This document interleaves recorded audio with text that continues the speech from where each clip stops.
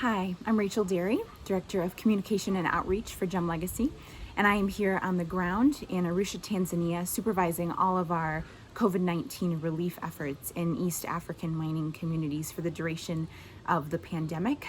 There's a few ways that a pandemic is actually quite different here in East Africa than it is in Europe or in the States. It's now growing quite steadily here, but it's been a few weeks behind the growth of Europe or the US. So in East Africa, the measures used in the US or Europe to curb the growth of COVID-19 are really not an option. So in the US and in Europe, usually we're using social distancing, hand washing, and lockdowns. So first of all, hand washing. Here, we would have to assume that people have running water and soap.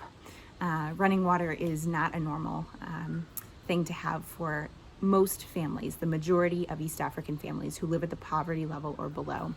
In addition, soap would be just outside of their budget. So right now it's the rainy season, which is really helpful, but as we move forward, Gem Legacy will need to be adding water to its list of supplies that it's providing. So sanitizer, in addition, is way too expensive here. On average, it costs about 5 to 7 times one East African wage for a day. So someone would have to work 5 to 7 days in order to buy a very small bottle of hand sanitizer. So Gem Legacy is providing water dispensers and soap in order to help alleviate that. Social distancing, we would need to be assuming that people don't live in very small quarters. When they're at home, they're often living many people in one room. Often they're living where they're sharing cooking areas with other families, clothing, cleaning, washing areas with other families.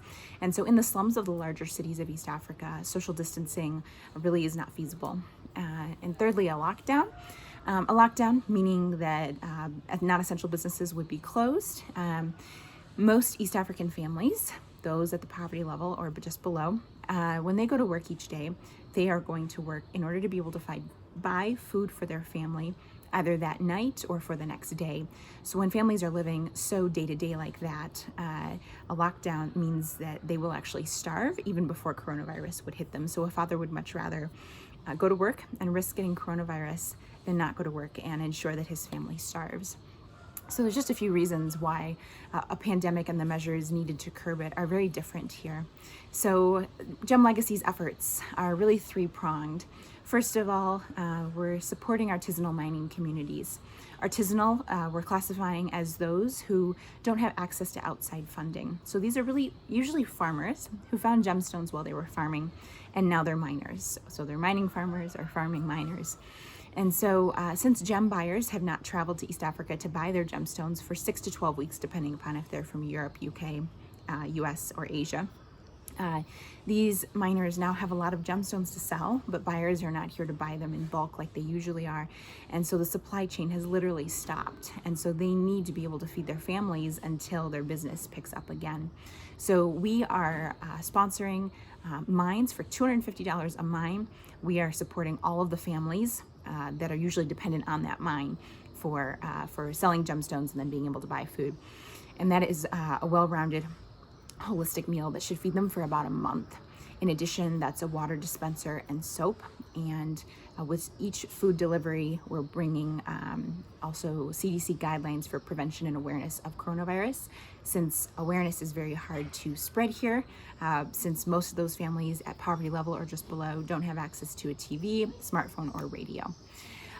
Second, we're sponsoring kids for $25 a kid. We feed one child for 1 month. Again, that same holistic, healthy meal.